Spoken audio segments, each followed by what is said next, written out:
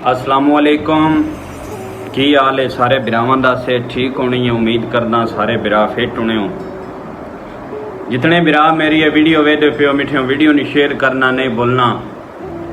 आज दा पैगाम है कि मिठियों साडा एक कलाम आ रहा है इमामे ज़माना थे, और जितने बिरा सन लाइव वेदे पे और जितने बिरा साडी वीडियो व्यू कर रहे हैं उन्हें अगे ये इल्तमास है कि सारे वीर वीडियो नू शेयर करो और इस कलाम नू प्रमोट करो और इस कलाम नू सपोर्ट करो सारे भी रल के। इंशाअल्लाह कलाम बहुत ही अच्छा है तो बड़ी मेहनत असां कीती है तो वॉइस भी सागर स्टूडियो तुसां कीती है और असां जड़ी शूटिंग है वो अब्बास स्टूडियो कीती है। तो इल्तमास है सारे बिरावां अगे वीडियो नहीं शेयर करना नहीं भूलना। पहलो एक शेर सुन लो फिर थोड़े नाल गल करते हैं। अल्लाह जल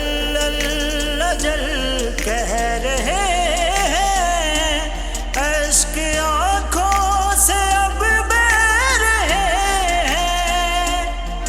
शेर तुसा सुन लिया है, इंशाअल्लाह मज़ा आवेगा।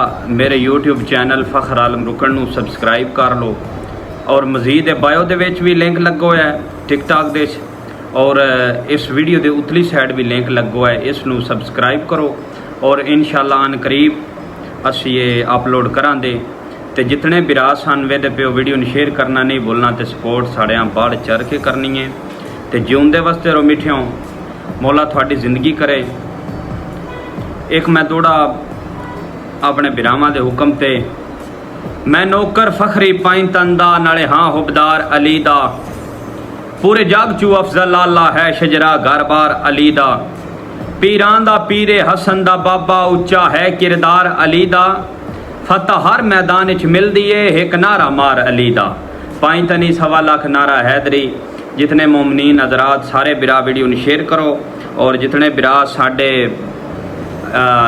परदेसां विचों किसी भी आउट ऑफ कंट्री विचों वीडियो ने शेयर करना और साडे चैनल नू सबसक्राइब करना। इस वीडियो ने सारे बिरावां रल मिल के सपोर्ट करनी। जिउंदे वसदे रहो, हमेशा कायम रहो। दिली दुआ बिरावां कान तुहाड़ियां सपोर्टां नाल ही असीं भी उत्ते हां। तुहाड़ियां सपोर्टां जितने ढेर सारे साडे ते एहसान नू और ढेर सारियां मुहब्बतां। Thank you. जिउंदे वसदे रहो मिठियों, वीडियो ने शेयर करना नहीं भुलना। ये लाजमी फिर तां वीडियो ने शेयर करो कि ताकि सारे उन्हां बिरावां तक वीडियो पहुँच जाए जिन्हां कोल साडी वीडियो नहीं पहुँचती। Thank you. वस्सलाम।